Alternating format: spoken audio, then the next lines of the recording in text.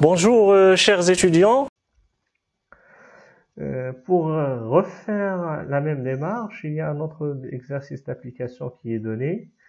Alors, en reprenant les mêmes données, en changeant les chiffres, donc le prix d'achat maintenant c'est 800 000, 120 000 pour les frais d'installation.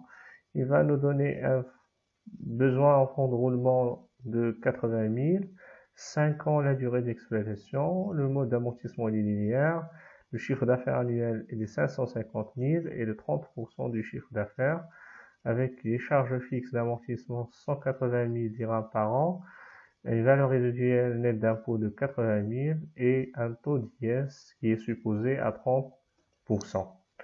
Donc presque les mêmes données que notre cas, avec un changement dans les chiffres, ça vous permettra un petit peu de refaire les calculs et de s'entraîner en cherchant la vanne.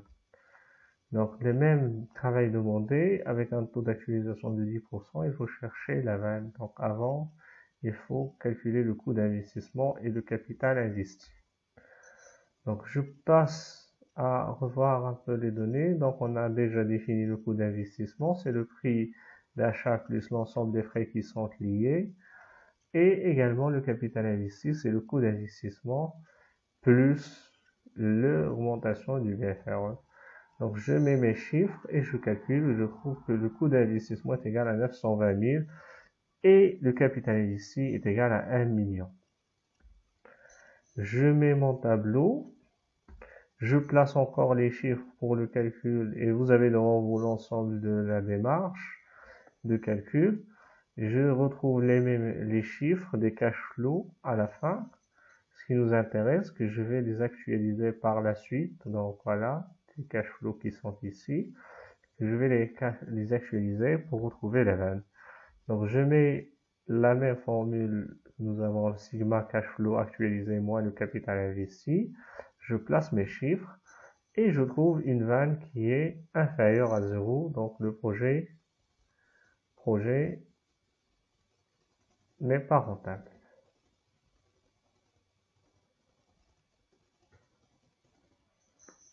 Si jamais je l'avais programmé et je trouvais cette vanne avec ce taux d'actualisation, je rejette ce projet-là parce qu'il n'est pas rentable du tout.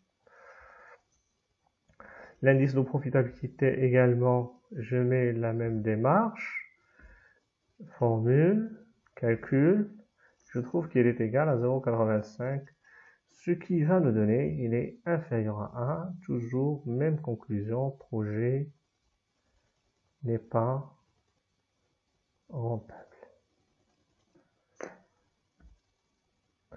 Le tir ou bien le tri, je fais mes calculs maintenant.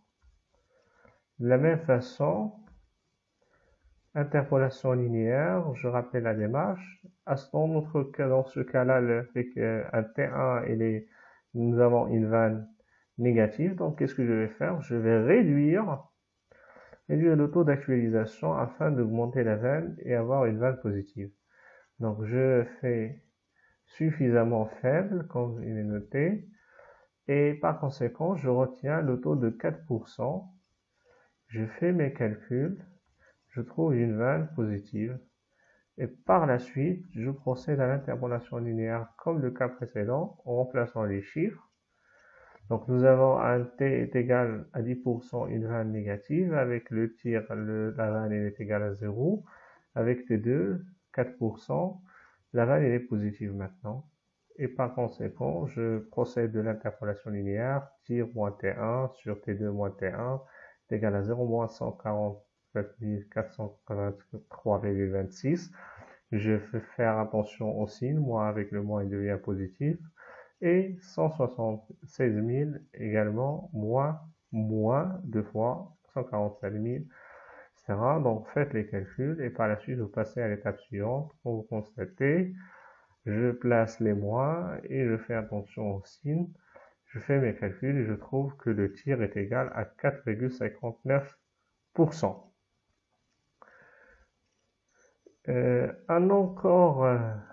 Un exercice d'application. Dans cet exercice, nous allons donner deux choses un peu supplémentaires, que le chiffre d'affaires sera variable, ce qui aura un incidence sur le besoin en fonds de roulement qui représente 30 jours du chiffre d'affaires hors taxe. Les autres données, ils sont les mêmes. Et on va faire attention que les charges variables maintenant s'élèvent à 35%, le coût fixe est de 200 000, la valeur résiduelle elle est de 70 000 et le taux de l'IS dans cette application est supposé à 31%. Donc, ce qui est nouveau par rapport à cette application, c'est de demander de calculer un tableau de variation du BFRE. Donc, comme nous l'avons déjà explicité auparavant dans le cours, la notion du BFRE et la méthode de calcul en appliquant, en revenant sur voilà l'information que nous avons, 30 jours du chiffre d'affaires hors taxe. Donc, le coût d'investissement, c'est les frais plus le prix d'acquisition, et s'élève dans notre cas à 420 000. Passons maintenant au tableau de variation du BFRE. Donc, dans le même tableau, on a ajouté le début de l'année. Donc, dans la première ligne, vous avez le chiffre d'affaires et on calcule le BFRE en appliquant la formule de 30 sur 360, le nombre de jours de l'année commerciale, parce que sur l'année entièrement, il y a le chiffre d'affaires. Le BFRE est une fraction de ce chiffre d'affaires. Et ce qui est demandé, c'est de calculer cette variation du BFRE. Donc, je place mes chiffres d'affaires d'après les données dans la première ligne. Sur la base, j'applique la formule et automatiquement, je calcule le BFRE de chaque année. Donc, ce qui nous intéresse et qui va l'intégrer dans le calcul des cash flows, c'est cette variation du BFRE. Donc, rappelez-vous, donc la première, c'est 37 000. Je la prends telle qu'elle est. La deuxième, c'est 42 500 moins 37 500, ce qui va nous donner 5 000. Je fais ça moins ça et je la place au début de l'année. 55 000 moins 42 500, ce qui va nous donner 12 500. Et par la suite, 60 000 moins 55 000, c'est 5 000. Et enfin, 62 000 moins 60 000, c'est 2 500. Donc, pour s'assurer, lorsque vous allez faire la somme de ces variations, vous tombez sur ce montant-là.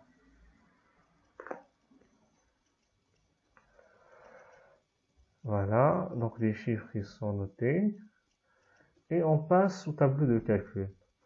Donc, rapidement, le chiffre d'affaires, nous l'avons déjà, d'après les données. Le coût variable, nous appliquons le taux de 35%. Le coût fixe hors amortissement, c'est 200 000. Et la dotation aux amortissements, c'est 20% du coût d'investissement qui va nous donner 84 000. Par la suite, le résultat avant impôt, et je place l'ensemble des autres données. Donc, le résultat avant impôt, c'est 8 500. C'est la différence entre le chiffre d'affaires et les autres éléments. De la même façon, j'applique le taux de l'IS, je passe au résultat net qui est la différence. Et par la suite, la carte d'exploitation, j'ajoute les dotations aux amortissements. Je place la ligne des variations du BFRE au niveau de la variation du BFRE dans la 9e ligne. Et je récupère à la dernière année la somme de ces variations. Donc, je les récupère. Je mets le coût d'investissement au début de l'année. Et par la suite, donc j'applique ma formule qui est la CAF, moins la variation du BFRE, plus la récupération du BFRE, moins le coût d'investissement, plus la valeur résiduelle, qui va nous donner les montants suivants pour les cash flows que je vais les actualiser. Donc, j'actualise ces éléments et je place mes calculs. Je trouve une vanne qui est égale à 204 347,72. Voilà pour le calcul de la vanne de cette application. Donc, si vous voulez s'entraîner, donc vous pouvez recalculer également le tri et l'indice de profitabilité. Nous passons à une remarque. Si on doit choisir entre deux projets A et B, donc je vous rappelle cette notion de la vanne. Selon la vanne, on choisit le projet dans la vanne est supérieur, c'est-à-dire si la vanne du projet A est supérieure à la vanne du projet B, on retient le projet A. Selon le tir, c'est la même chose.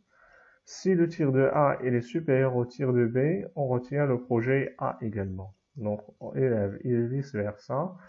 Donc, si la vanne est supérieure, c'est le projet le plus rentable. Si le tir est supérieur, c'est le projet le plus rentable.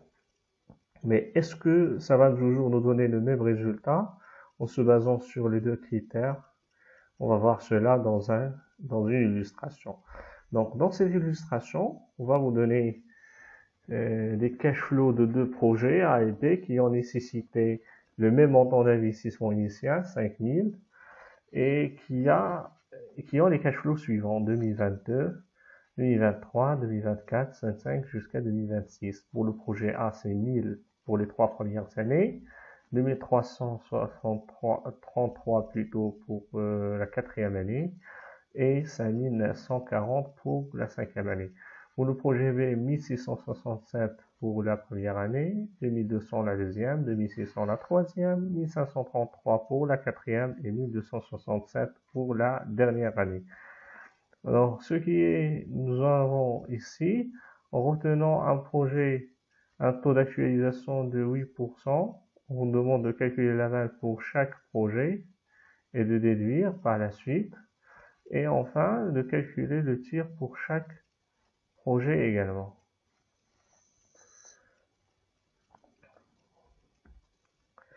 Le corrigé de notre illustration se présente ainsi.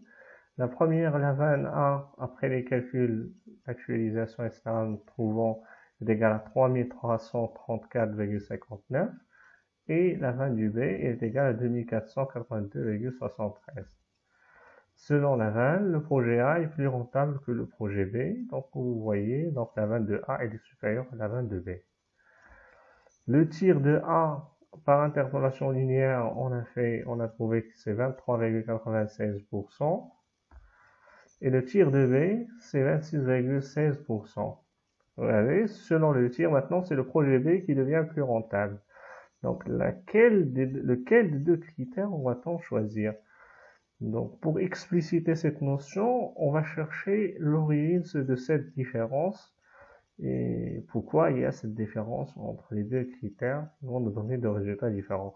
Pour cela, on va représenter graphiquement l'évolution de la vanne en fonction du taux d'actualisation pour constater selon le taux d'actualisation, si on augmente le taux d'actualisation, la vanne elle est décroissante. Donc ici en bleu, c'est la vanne du projet A et ici en rouge, c'est la vanne du projet B.